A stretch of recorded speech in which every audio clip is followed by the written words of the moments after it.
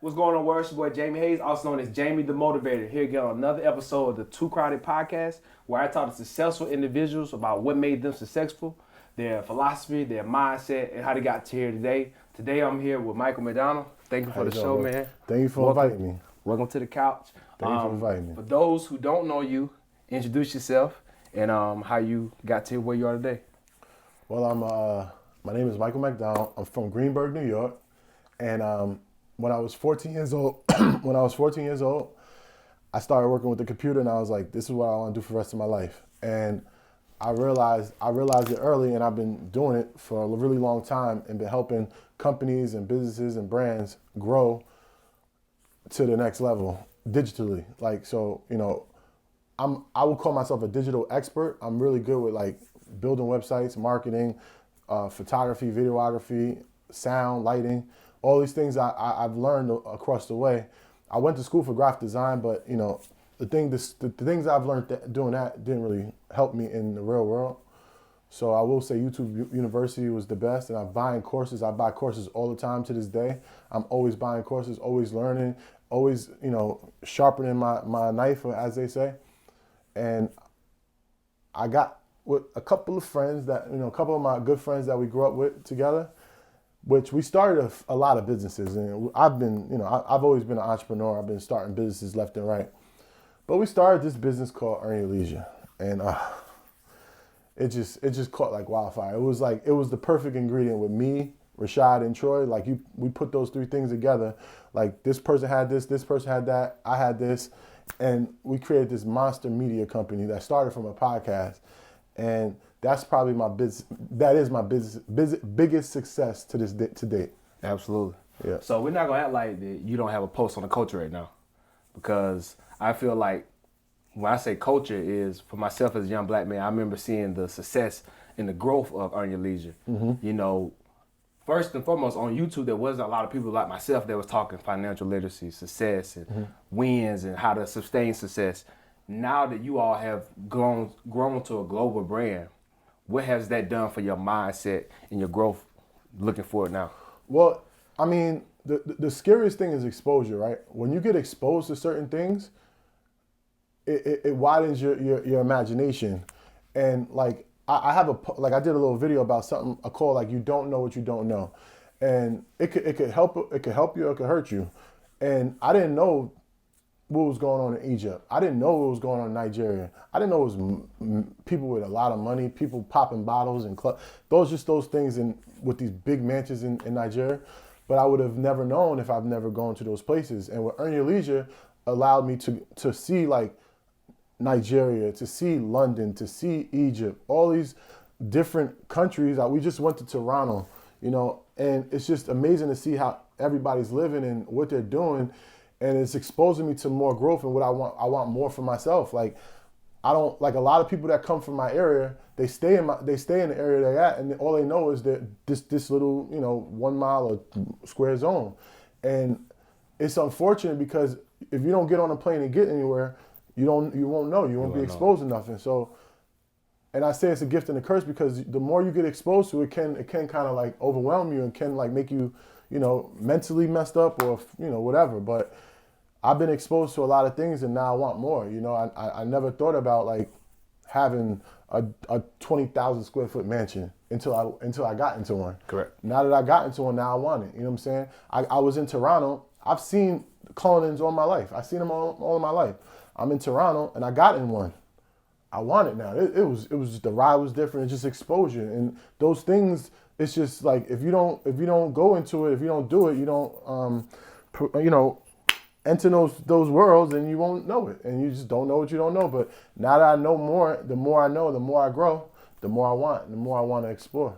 Absolutely. So when you first came in, I talked about how success is relative, and now you're obviously at a major level of success. But a lot of people would think that you became successful just from that one business that made you successful. I think everything you've done over the last 15 years made you successful.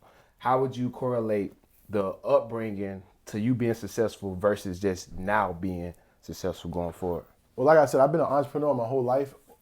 I would say Earn Your Leisure is my biggest success, but I've been making popular companies go big and grow. and I've been working on a residual income for the last 20 years. So what I mean by that, like I like to do something once and get paid over again of it. Like some people look at like how much they get in an hour, or even how much they get in a week, and or how much they get a year. I think about how can I do something once and continue to get paid for it over and over and over and over again. So every single business that I'm in now, it's either residual income or it's either equity. I won't do no service at all. Like you can't pay me to produce your podcast a fee. I'm priceless. Wow. I either have to get a percentage of it, or we got to work out something where I'm always going to get money from this. Because if I have to put my thing on it, all my expertise, I'm not going to just give you what I got and just never get paid. Only get paid once. Yeah. I don't work on that. So that's been my success, really. Like even when I created EYO University, I knew that we had to give more information because people wanted more information, and we only can give but so much in an hour. So I'm like, let's create a university where we're gonna get paid on a monthly basis. So now we got that residual income, we're gonna be getting money, and we're gonna go deeper into whatever we talk about. So if we talk about trucking, we go deeper into trucking. If we talk about credit, we go deeper into credit. And that just blew up. That blew up. We had like 12,000+ members. So the university was like probably one of our biggest monetary things that we've done when we started, and it was able to get monthly and yearly income. Right. You got a monthly fee and you got a yearly fee. But so many yearlies we've captured over the years that yearly's hitting every day. You know what I'm saying? So it's like it's just a residual effect, and that's been my true success. Like where I was able not to have a job, like for 20 years. And that's been my personal success.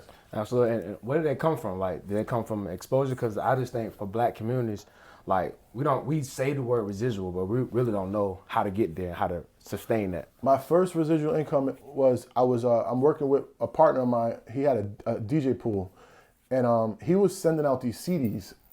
This is in 2004. He's sending out these CDs to people, and he only had 400 members. I'm like, you getting paid? They paying you $100.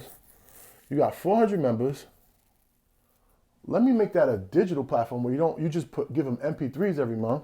You take it from $100, make it $40, and they pay you $40 every month. You don't have to send out the CDs. You don't have to do none of that, and get it monthly. He took that 400 members to 15,000 members. And again, everything I do is equity. I've been getting paid off that since 2004. Just because of that one conversation. And that was the first time I got exposed to residual income. We've been paying monthly on everything forever. Whether it's your light bill, whether it's your phone bill, we've been conditioned to do that. Yeah. So it's nothing new to anybody. Everybody's been paying on a monthly basis no matter what. But it was exposed to me on the other side of it. I said, wow, he's getting this much money from 400 people. If we can take it and digitalize it, it's over. And that was over. So that was since 2004. Yeah, I think that's more successful than just hearing the success today because it started early for you. But if that would have never happened, I would never have thought about. But the residual. But that's what changed my life in terms of like financially. Absolutely. So if you're talking to your 18-year-old version of yourself, like knowing the success you have now, the mindset, the relationships you built, what do you say to the 18-year-old that's watching today? The 18-year-old, what I would say. I messed up a lot of money. I like to spend money. The thing is, I don't like to hold money. I don't think holding money is beneficial. Like, obviously, you need to have some money for a rainy day, and I do believe that. But I've purchased a lot of things that I probably shouldn't have purchased at 18. So I would say, one, get in the stock market. That's something I wasn't at in 18. I would say definitely invest in the stock market.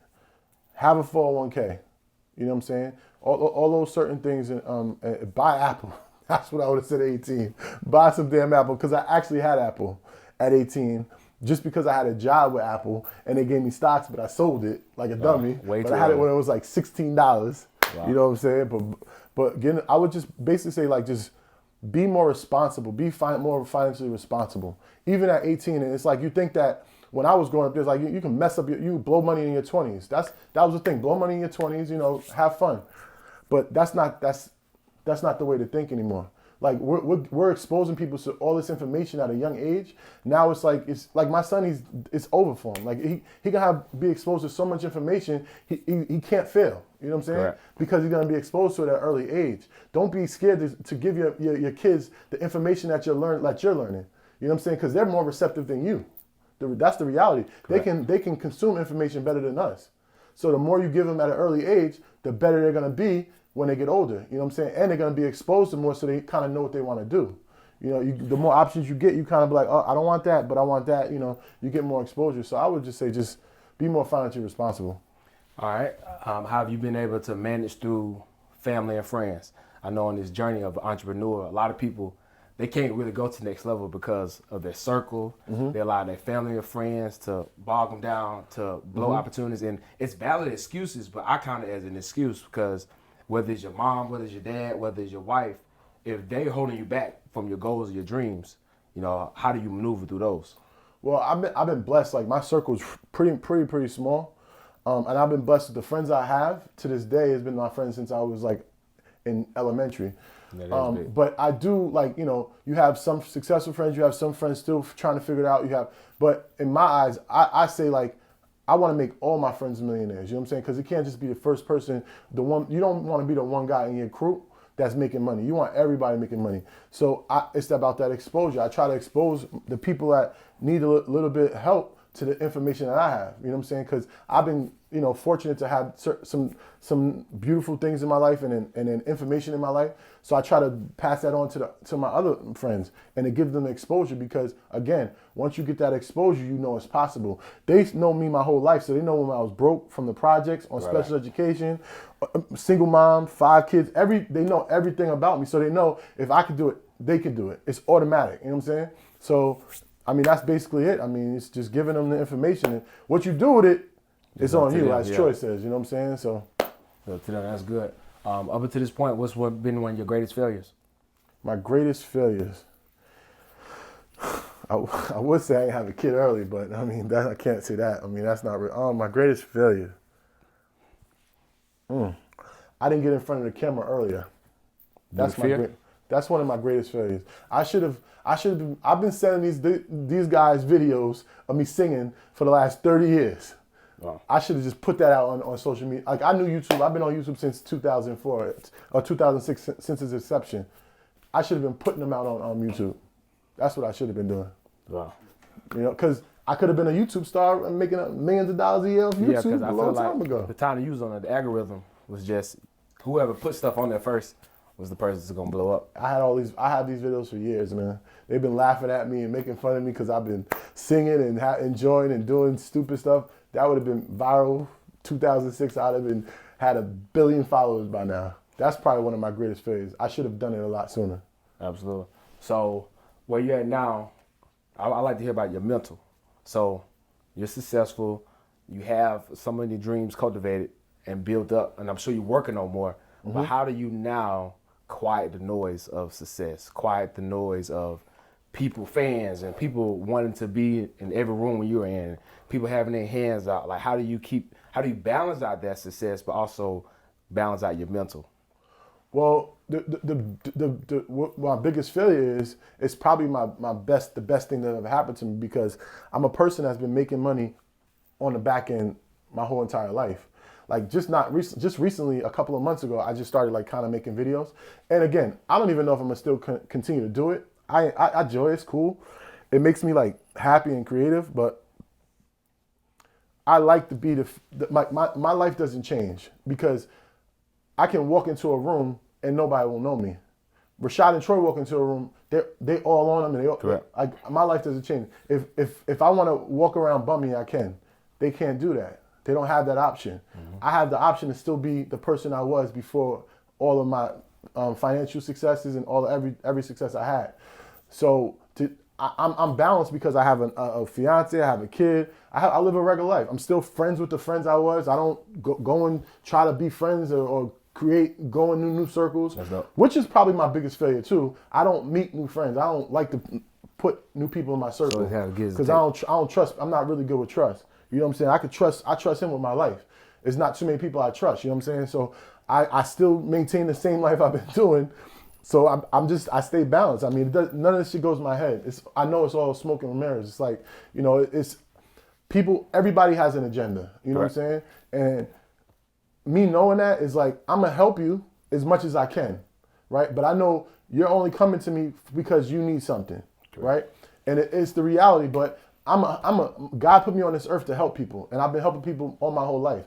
I think that's one of the reasons why I'm in the place I am today, because that's what I'm here for, to help you. And I give information. I'll help you as much as I can, but I mean, I just been just me. I don't have to fake this shit. I'm just me. That's dope. It's just me. What would you say your top 5 success habits are? Consistency, dedication, persistence, education, and I'm gonna just go with the last one. Love. You gotta love. You gotta love what you do. Love. Yep. But if you like, I do believe if consistency and persistence would do more than talent. If that makes sense. Like, you can be more talented than me in football or basketball or anything, but if I'm more persistent and more consistent than you, I can actually outbeat you. Like in boxing, for instance. Like, you could be more talented in boxing than me, but if you're not working out, you're not consistent and all that, and I can actually beat you even though you're more talented than me. Correct. Does that make sense? Yeah, you're going to outwork them.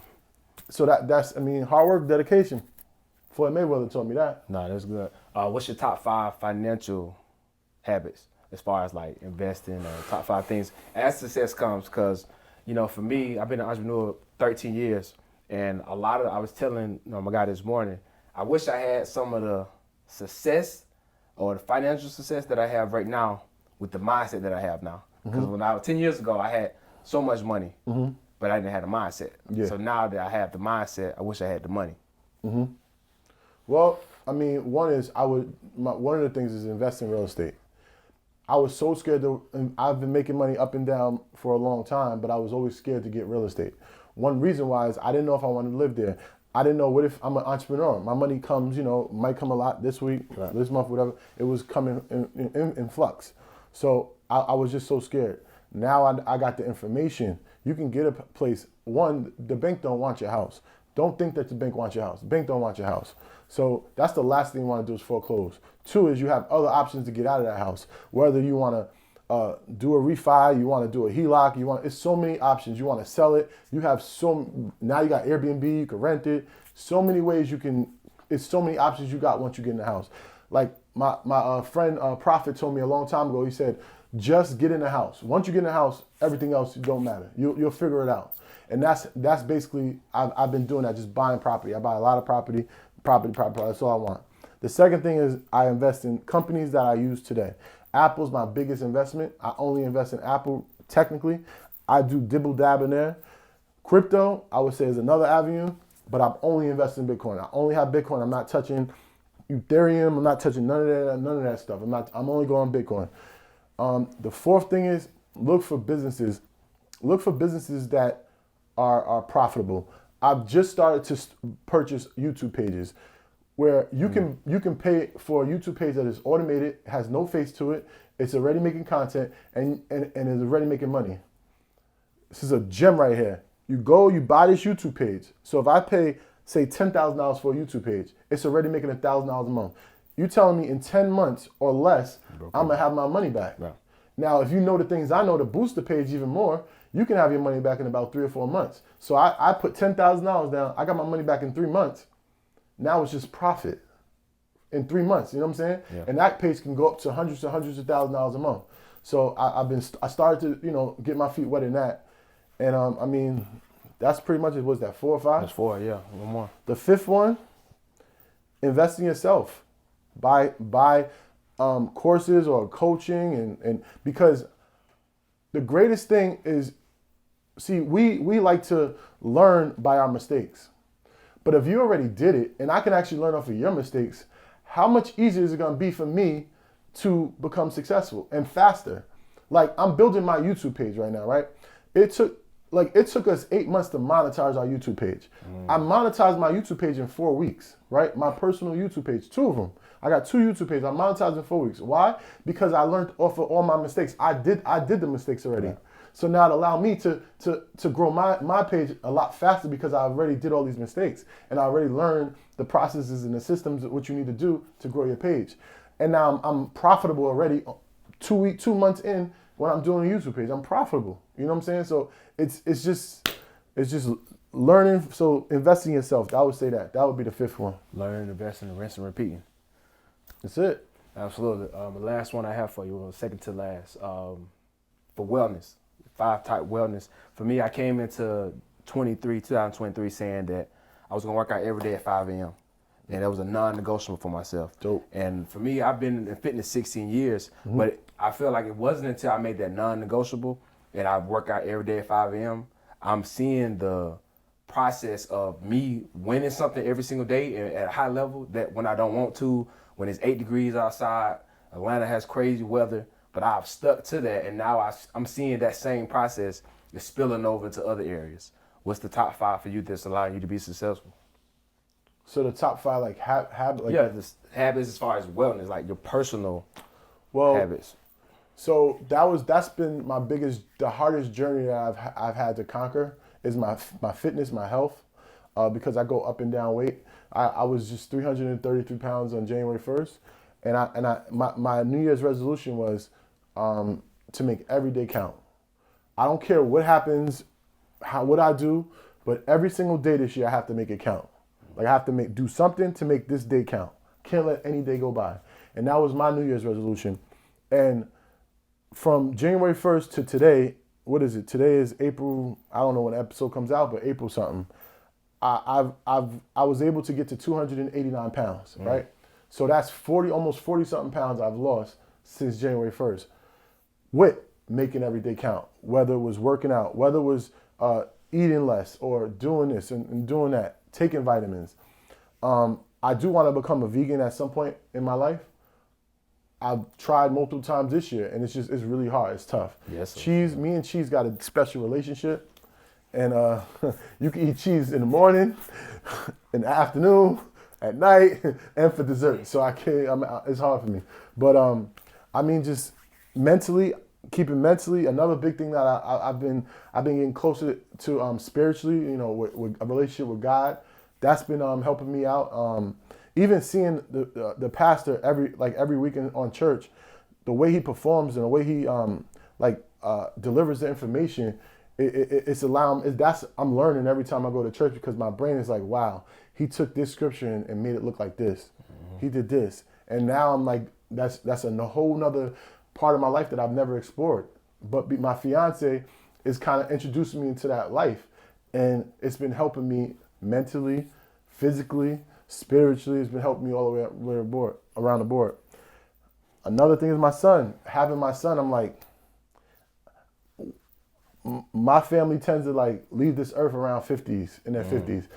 I'm like, damn, I had a son at 40 years old. I don't want to leave him when he's like 14, 15 in high school. So I need to get my health right to get, to be here a little longer. You know what I'm saying? I want to make it a little longer and see him turn to a young man, maybe marry somebody or whatever. So that's probably like all those different things that keep my wellness together and my mental together. Yeah, that's amazing. Yeah, so. Wow. So I live off quotes. As we close, my quote is, how you do anything is how you do everything. And for me, that stands along the point of whether I'm getting paid to do something, I do, or not getting paid, I do everything as if I'm making $1 million with it. And I've been able to go in the rooms and people feel that energy, feel that passion, feel that growth. And I pour it into every area. Which one of your life's mottos or quotes that you live by, what it means to you? Which one of the quote? I mean, my motto for this year is just do it. I mean, you don't have to overcomplicate it. Just do it. Like, you're here, right? You got a light, you got one camera. You could be like, I don't want to do it until I got 3 lights and 3 cameras, or 4 lights and 4 cameras. You can be like, nah, I don't want to do it yet. I want it to be right. But the fact that you got one light, you got one camera, the quality of the information that you're going to deliver is going to get you to the next level, to the next level, to the next level, to the next level. Then you got a super produced podcast. Just do it. And that's what you're doing. And that's what I've been living by.